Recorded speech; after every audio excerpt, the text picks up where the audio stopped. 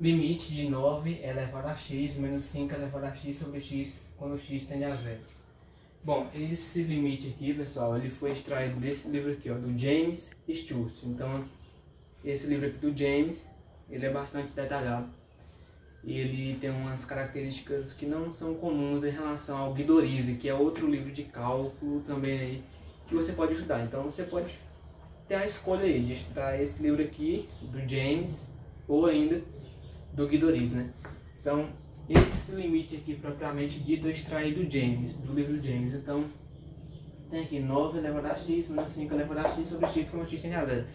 Se você substituir pela tendência aqui, vai ficar o seguinte, ó. 9 elevado a zero menos 5 elevado a zero sobre 0. Ó, 9 é diferente de 0, né? 9 elevado a 0 vai dar 1. 5 elevado a 0 vai dar 1. Embaixo vai dar 0. E em cima vai dar 0. 0 sobre 0 é determinação matemática. Então você não pode simplesmente substituir pela tendência para resolver esse limite aqui, não. Então o que eu vou fazer aqui?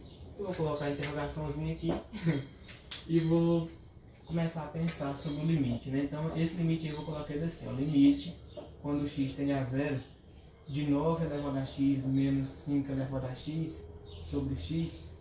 Eu quero que você visualize o seguinte, pessoal. Você tem aqui o seguinte, ó, uma observação importante.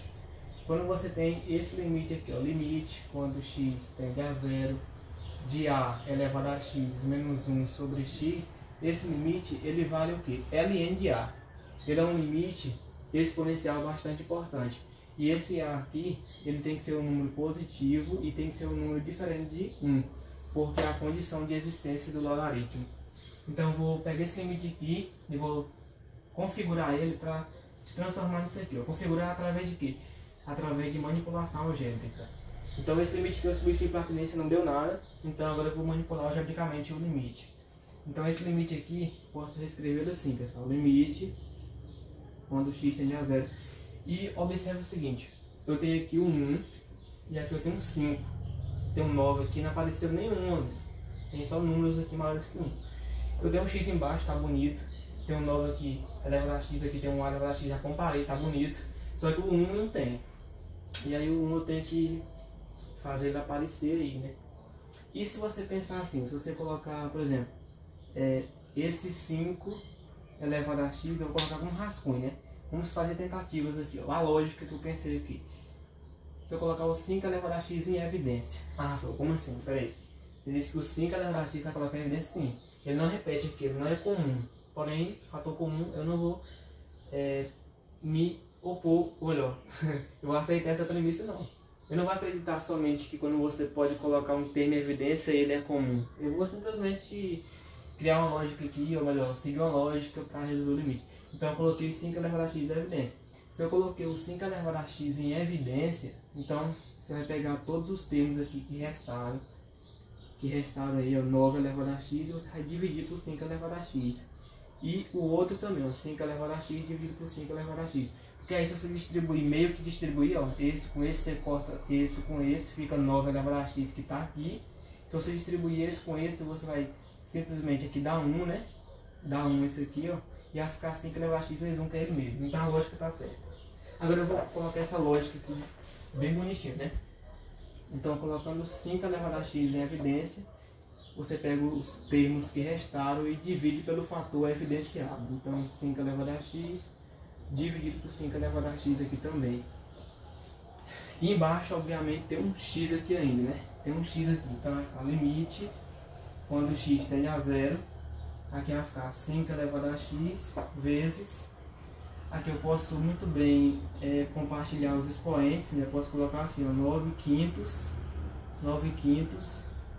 elevado a x menos 1, porque esse aqui dividido por esse é 1, dividido aqui por x. Agora eu vou aplicar uma propriedade dos limites, pessoal. O limite do produto é o produto dos limites. Então vai ficar assim, ó, limite quando x tende a zero de 5 elevado a x vezes o limite de 9 sobre 5 elevado a x menos 1 sobre x, abrindo dois limites. Contando que esse limite vem aqui dá exatamente 1, porque 5 elevado a zero vai dar 1, e 1 vezes esse aqui vai dar esse aqui. Esse aqui é o que? Olha para esse aqui e olha para cá. O A é 9/5, o 1 tá ali e o X tá aqui. O 1 pariu ali, ó. Pariu. Então, se ele tá aí e apareceu, agora eu vou colocar a tendência que eu esqueci aqui, né? A tendência é X tende a 0. Então, X tende a 0. X tende a 0. Quase não saiu, mas tá aí. E então o limite acabou, porque esse aqui vai ficar o seguinte, vou colocar aqui embaixo, né? Dito aqui, que o limite vai ser ln de 9/5. ln de 9/5, porque tá aqui, ó, seguindo a formulazinha lá do limite, né? Então tá aí a solução aí do nosso limite. A gente resolveu, tá aí. Então esse limite aqui de cima, você pode colocar aqui de lilás, né? Você pode colocar ele aqui, que ele vai ser igual a ln de 9/5. Bacana, né? Tá aí a solução. Pareceu um problema complicado, mas não precisou aí de tanto argumento assim para resolver o limite. Bastava você conhecer isso aqui, ó. Tem outra solução? Deixe aí nos comentários. Se não, essa aqui é uma solução que eu pensei para resolver o limite sem usar aí regra de L'Hopital, que é derivando em cima e embaixo. Sem L'Hopital, resolver o limite aqui por manipulação algébrica. E tá aí, a solução é 9/5 aqui, o ln de 9/5. Até o próximo vídeo.